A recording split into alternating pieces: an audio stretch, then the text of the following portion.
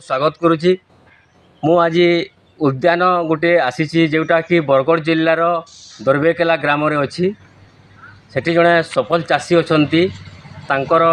अच्छी ये गोटे बगीचा सेठी से पाम ऑयल रो चाष कर पाम ऑयल गछ एवं तांकर और भी किसी चाष जमी भी अच्छे से धान चाष भी करिसेंती एवं परिबा भी चाष करिसेंती और से केमिति पाम ऑयल गछरे केमिति सफल हेले एवं केते वर्षर करथिले एवं कोन कोन से चाष रे परिश्रम करजंती से विषय रे आमे चाषी ठारू प्रतिक्रिया एबे नेबा। बरगढ़ जिला पद्मपुर निर्वाचन मंडली अंतर्गत दरबेकेला ग्राम रे जणे चाषी तांको नाम भक्तबंधु साहू वयस्क हेले मध्य से जणे परिश्रमी तांकर गोटिए कृषि उद्यान अछि सेही कृषि उद्यान रे दिन तमाम परिश्रम करी निज परिवार को पोषण करी समाज रे उदाहरण साजिछंती। से गोटे हेक्टर जमी रे 2017 मसीहारो पाम तेल हेउथुबा गछ लगाई 4 वर्ष एही गछर जत्न नै 2021 मसीहारो से गछर फल को कंपनी को बिक्री करी एबे लाभ पाई तांको जीवन जीविका बेस हस खुशी रे चलाउछंती।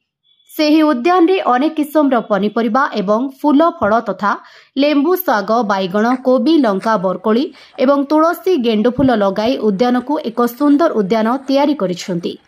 तांको पुत्र अनिल कुमार साहू एवं परिवार एथिरे तांको सहयोग करिसेंती।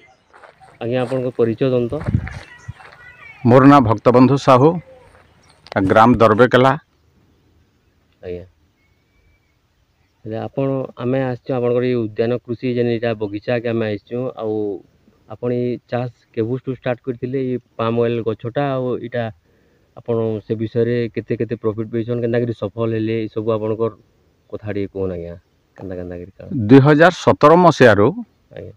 आम पाम रस जेन आमर सुपरवाइजर माने आसले आमको केतेटा कथा बुझाले जे पाम गोटे तेल हेसी आर सेन चाषी उपकृत हेसन आपण माने पाम चाष करूँ आर नेबार आनबारटा कंपनी रो दायित्व है आपण निश्चय प्रॉफिट पाबे बोलिक से माने जेतेले कहले आमे 2017 मसियारो आमे पाम करी आसलु 4 बरस पर्यंत पाम जत्न नेबार लगी पड़सी इन ड्रिप करा हिचे पानी सुविधा है आर पाम के जदि सार आर पानी ई दुहीटा हेले चाषी सक्सेस होचन उपकृत होचन। आर गोटे कथा इन रहुचे जे 2005 मसीहारू 2017 रे गछ लगा हैला आर 2021 रु फल बाहरला किछि किछि बाहरला तापर 2022 आर 23 ई 2 मसीहा थी 50-60 हजार टंका लेखा आम वार्षिक आय करि पारुछु। इहादे ऑफ सीजन रे भी 3 क्विंटल 4 क्विंटल 5 क्विंटल तक मासिक आम 15 दिन 2 थर काटुछु आर मासक 6-7 हजार टंका आमको परिश्रम भेलकर किछि मिलुछे। आरो आज्ञा मानकर कहबार अनुसार इटा 2000 जदि 25-26 आड़ के जिबा बोले निश्चय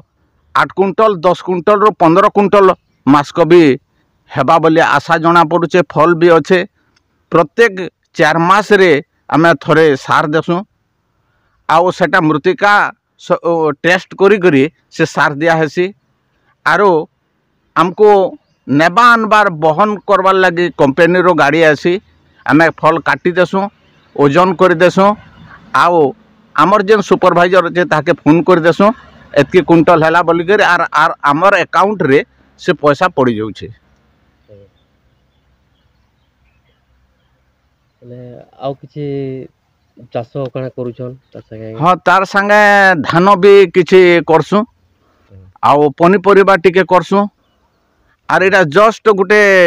बगीचा भितर रहले तो पानी सुविधा जते होले अछि पनीपरिबा टिके भी करी करी आम निजर भर को आम चली पारुछु। बरगढ़ पद्मपुर कृपा सिंधु महांती को रिपोर्ट ओडिशा हाइलाइट समाचार। खबर दुनिया रे जोड़ी हेबा पई सब्सक्राइब करंतु ओडिशा हाइलाइट समाचार को आउ दबे दियंतु बेल आइकन को सर्वप्रथमे खबर पाइबा पई।